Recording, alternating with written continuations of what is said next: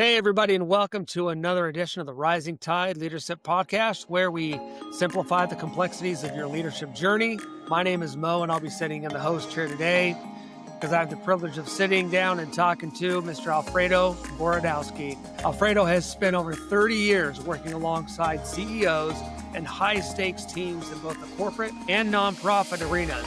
He's worked with clients like Motorola, guiding leaders through the storms of uncertainty, cultural transitions, and mental health challenges.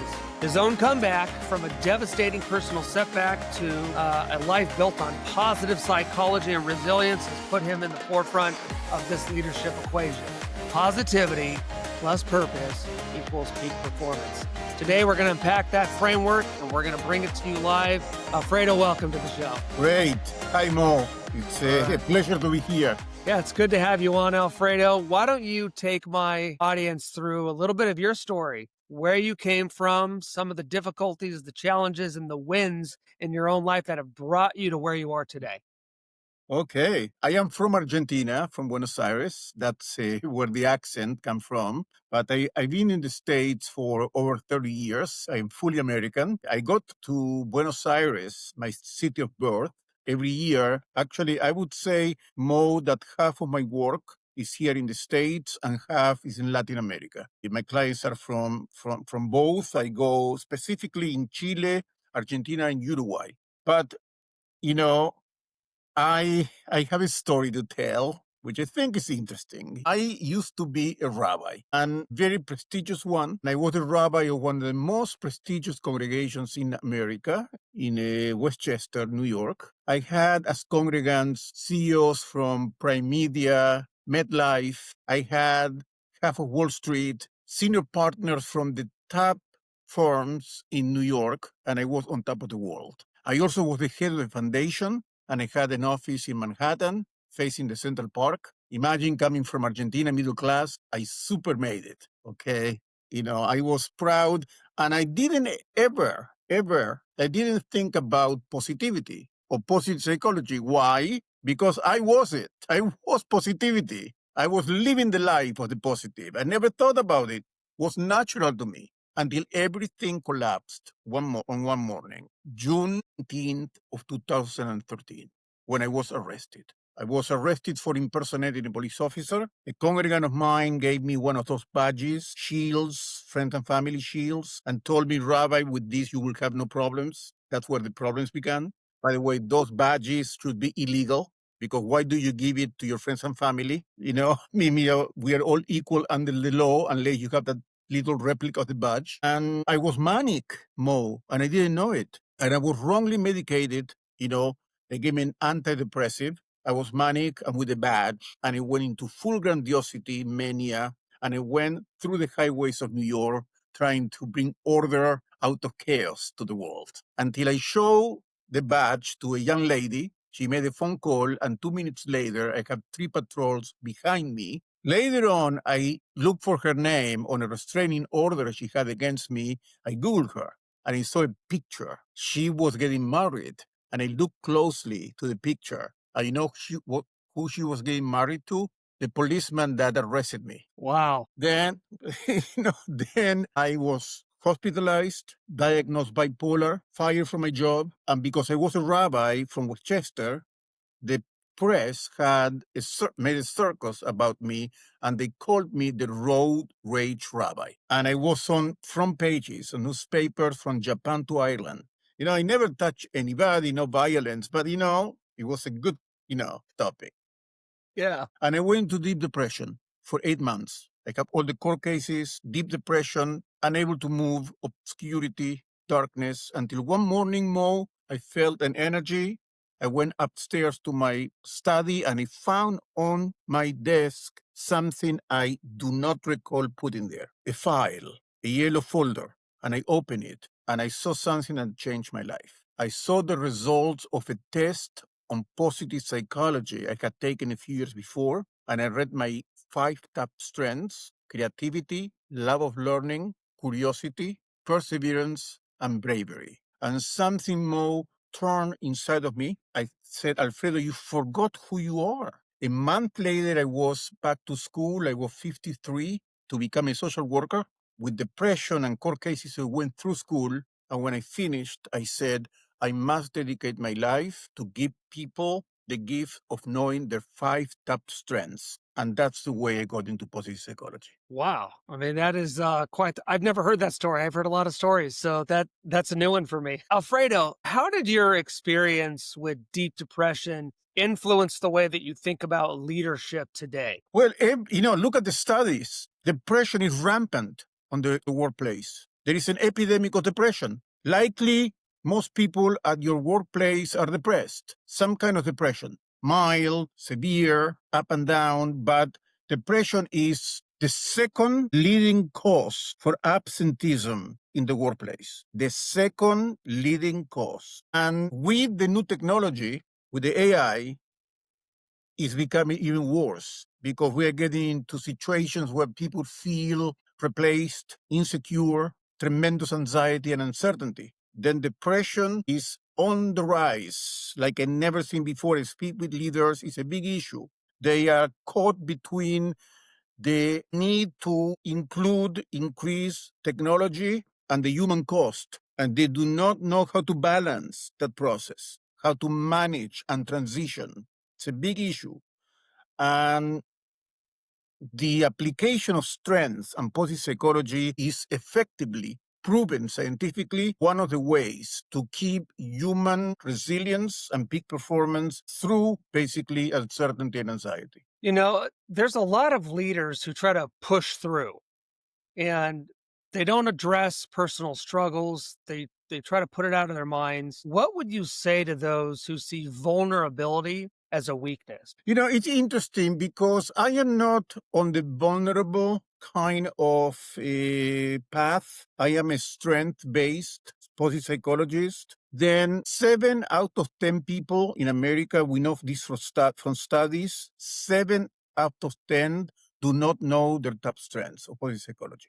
There is an epidemic of blindness. 7 out of 10. And we know from studies, if you know your top 5 strengths, if you know them, you have the capacity to flourish 9 times more. And if you apply them 18 times more, which means that likely at your workplace, family, anywhere, 7 out of 10 people are working 9 times below their capacity just by not knowing their strengths. Then I understand vulnerability.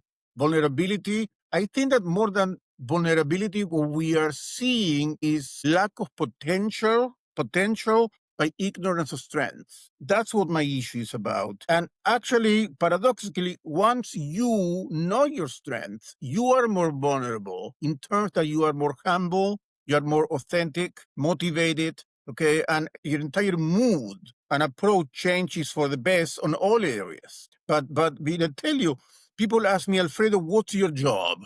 In one sentence, and I am an optometrist. I go to corporations and I open their eyes to their 5 top strengths. Okay, I make sure when I work with executive, when I work with a team, everybody, when I give a keynote, everybody would leave with the knowledge of the top 5 strengths and how to apply them to go to 18 times possible flourishing. That's what I do. So the leadership equation is positivity plus purpose equals peak performance. Yes. How did you arrive at this leadership formula? And why do you believe that these 2 elements, positivity and purpose, are essential for peak performance? Then, positive psychology is a science, okay? Thousands of journals and experiments. I read at least 2 academic journals a day on positive psychology, okay? Religiously, okay? I usually choose a topic, okay? Now I am reading gratitude, okay? Then I am on the issue of gratitude on the workplace, and I am reading basically every academic journal I can find on gratitude and positive psychology at the workplace. Then that's one thing I do.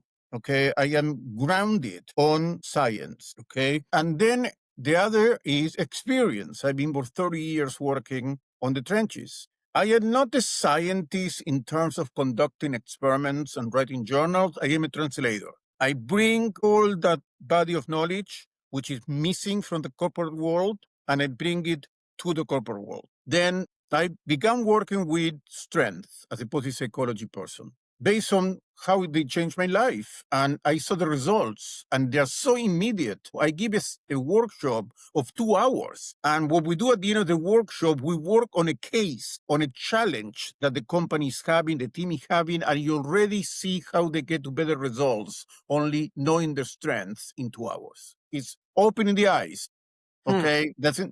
Then I become involved with the purpose company of Gabriel and Brian Bosch, who are the top people on purpose in the world. And I become part of their learning group, mastermind, and that's when I transition into purpose. And what is purpose, by the way? It's interesting. Purpose is giving the best of what you have for the betterment of others. Giving the best of what you have for the betterment of others, and what you get in return is not success. What you get in return is fulfillment. And the problem we are having is that many leaders get to success not based on purpose, and they feel empty. Mm-hmm. But when you give the best of yourself for the betterment of others, and you get, fulfillment in return, you feel full and satisfied and fulfilled. Then I said, here I have two things that are working independently beautifully. What happened if I were to put them together in one process? And what I found is not that they work individually great. When you put them together, the sum is greater, than the parts. And then when companies go through those two stages, strength and purpose, peak performance soars. I see it one time after the other. And I do it because I do it with the latest instruments. For the positivity, I use what is called the VIA, the Values in Action instrument, that gives a person, there are 24 strengths of positive psychology. It gives the person the 24 strength in order. Then you know your top 5. And I give the group, the team, a diagnostic of their team strength. Okay, then I have a solid instrument for purpose, and I give for positivity, strength, and I have what is called the purpose factor, which is a new instrument for purpose, which is magnificent, where everybody gets a 49-page report about what is purpose for them individual, and then also I give a team report. Very serious. It's like you go into the doctor, you want a good blood test before they give you anything. I do a thorough scientific diagnosis before we move into doing solutions and strategies. What are some practical steps that leaders can take today to inject positivity and purpose into their own cultures where they work? Then I am writing a new book. It's called The Human Upgrade, the new leadership for the AI revolution. Okay, then this is coming on January.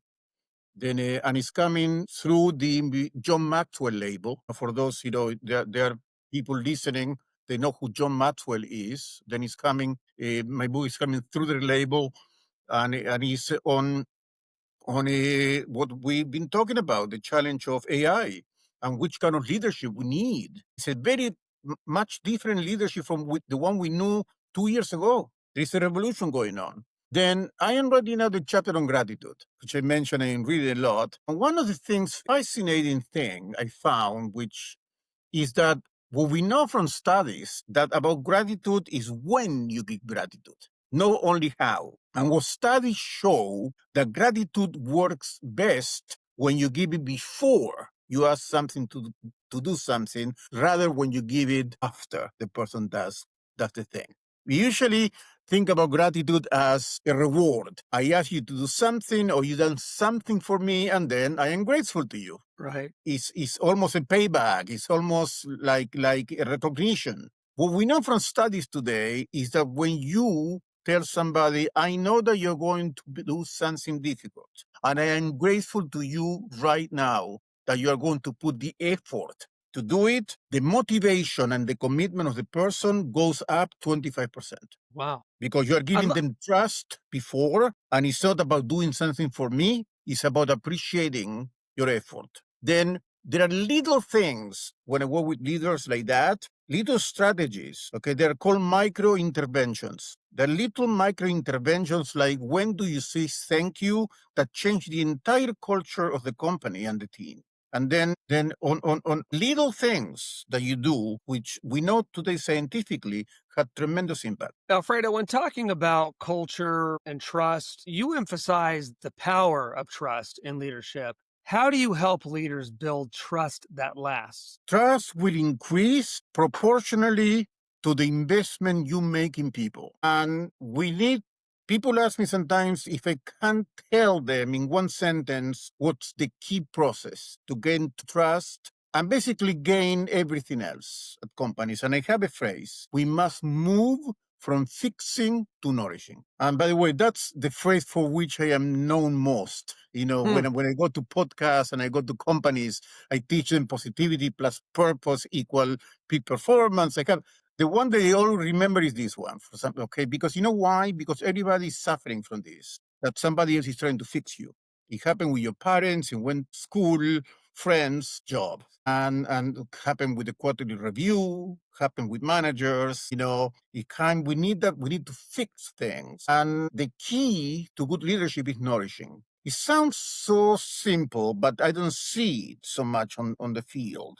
We're still in the fixing so much because leaders are hired to fix. You bring a new CEO in times of crisis. You bring a new VP in times of crisis. Then the paradigm is, I am bringing you to fix. Then if you don't fix, you're not doing your job. Yeah. Okay, it becomes a vicious cycle. Okay, and then when the top begins fixing, everybody begins fixing down. Okay, then what positive psychology does is moves into nourishing, where you begin with giving people the strengths, the gifts of the strengths. And when I know your strengths and you know my strengths and I can depend on your strengths because you have a strength I don't have and we collaborate. That's trust.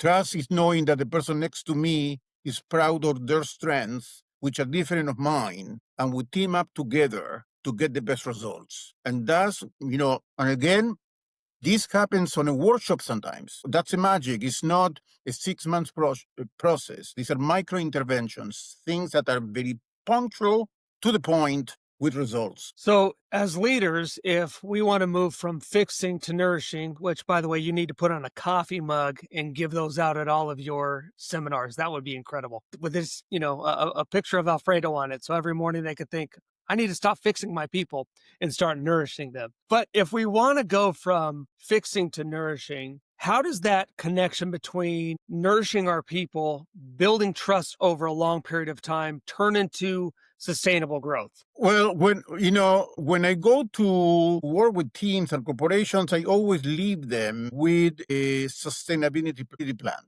Okay, I always, as part of my process, I have a debriefing meeting and I leave them with a very concrete plan of what to do. But for example, I give you some examples of what I suggest. Every meeting, I don't care how crucial the crisis, every meeting should begin with people going around the table and saying, last week or last day, I applied this top strength from myself and I gave to the company this gift from my top strength and I achieved so and so. We know from studies from Barbara Fredrickson, the number one person on positivity in the world, that for each negative feeling, we need 3 to 5 to equalize. The negative is much stronger than the positive. Then the job of the leader is to maintain positivity because the tendency is to the negativity. Doesn't mean that you don't have to be realistic or cheerleader or superficial, okay? But you need to begin with stories of success. And meetings should begin with stories of success. It should begin with going around the table, like I mentioned, with success stories based on the strengths. Then you can move into issues, problems, okay? But how do you begin a meeting, for example, it's key, okay? It's key. And what I see, because I observe, when I go to work to companies, sometimes I just sit down and observe, and, they go straight to the problem. They go straight to the issue. They go straight to the report. Okay, you begin always with narrative. Okay, stories are more important than report. We don't live in reports. We live in stories. And the good leaders are storytellers. The best one, they know how to tell the story. Then one of the things I do with leaders one-on-one, by the way, is to develop the narrative and the narrative style, because culture is a narrative. And what we know from positive psychology, what distinguishes an optimist and a pessimist is not facts. And I want everybody to be clear about this. What distinguishes a pessimist from an optimist is not facts, but what story they tell to themselves about the facts they face. That's why two people may have cancer, both the same one, and one leads whatever they can, happy and flourishing, and the other goes down with the same facts. Then the most important thing in a company is what explanatory style the leader has. And when we developed the explanatory style more as babies. Oh yeah, if mommy came to us when we cried, we already, before we even learn how to think or talk, we already develop internally the sense that the world is a fair place, that we are taking care. If we didn't get that kind of care, we already begin reading the world in a pessimistic way. And by our age, Mo, we write our story without knowing which style we write with, because we are in automatic pilot. That's why we have this internal kind of dialogue that we cannot control, because that dialogue already is an automatic pilot. What I do with leaders and teams, I disrupt that narrative. I see what explanatory style they use, which language they use. And once we modify the way the team talks to itself, peak performance. What daily or weekly habits have you seen make the biggest difference in a leader's long-term performance? Then one thing that I tell managers to do once we go through the workshop of the strength workshop, which is the one I always suggest as the first one, and everybody knows the 5 top strengths of positive psychology, the company should make the most wonderful and nicest chart on some kind of frame and give it as a gift to each employee to have on their desk. And when they come every morning, the first thing they see is how they are at their best. It has to be done nicely, delicately, classy. Then that's a gift that people tell me months later, it changes my entire thing. I come in the morning, I look, wow, that's me. That's what I bring to the table. Okay. Again, micro interventions, okay? Not millions of dollars, not hundreds of thousands of dollars, okay? Little things that make the most impact, which are easy to do, but 7 out of 10 people do not even know the strengths. How can you do it? I've been a pastor for my entire adult life, and I remember one of the most cherished gifts that I ever received from a church. It was a certificate, and it was in a nice frame, and it said why they appreciated what I did.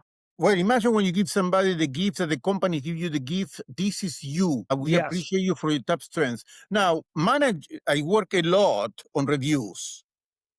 Okay. Every review must begin with a story that a person being reviewed tells you about how they used the strengths last week and success. That's the first question that comes up. The first thing that must be done at a meeting. Affirm the person from a place of success. Let them shine through their strength. You will get to the more difficult parts. Okay. You will get there, but you need to get there from a point of affirmation. This is a power game, and you need to affirm yourself to justify that you have a subordinate. And you can do that all the time, forever. Yes, but you're going to have terrible people, terrible results, and toxicity, which is what I found a lot. Alfredo, what's the leadership lesson that you've learned the hard way and now teach others to avoid? Look, the leadership lesson is that for me, and I was executive director of big foundations, international foundations, and I was a rabbi of 1,000 family synagogues, one of the most prestigious ones, and I worked with leaders all the time. Emotional. I didn't check myself emotionally. I was so driven, and I was capable. and successful, but was not taking care of the emotional part of myself. And relationships are about emotions. That's why self-awareness is used so much more. Self-awareness, it has to be used so much because it is the cornerstone of leadership. To be aware of yourself, of why you are doing what you're doing. Okay. I try to generate trust in others. You asked me about trust, but I don't trust myself. Okay. In terms that I am constantly asking why I am doing what I am doing. And if I cannot give an answer, which is about purpose and about strength, character strength, I am going in the wrong direction. I have to review it. Alfredo, where can my audience connect with you? How can they see your work, maybe even bring you in to do with their teams what you've done with so many? I'm going to give you two things. One, it would be crazy for me to be talking about I'm going around the world for people to know the strengths and not tell your audience how to get their top strengths. I mean, that would be vicious, malicious. Then I would going to ask your audience to do the following. Everybody there, take your phone. Okay. Now you have your phone, you go to the texting and you text the word positive. Very simple. We talk all the time. That was positivity, positive to the number 33777.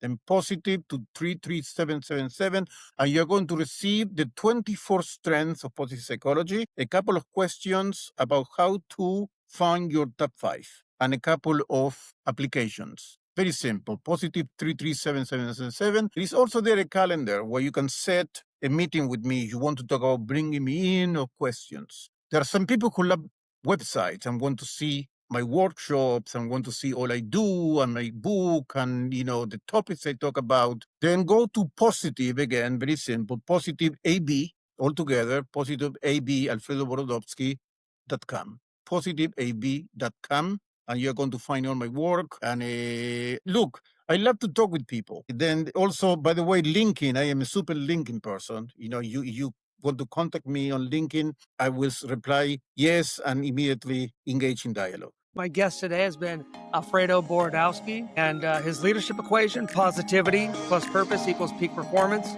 is something that you need to do. For my audience, don't forget to like, subscribe, and share. If you liked this, share with somebody else. Let them know so that they can learn their strengths and help lead their team better.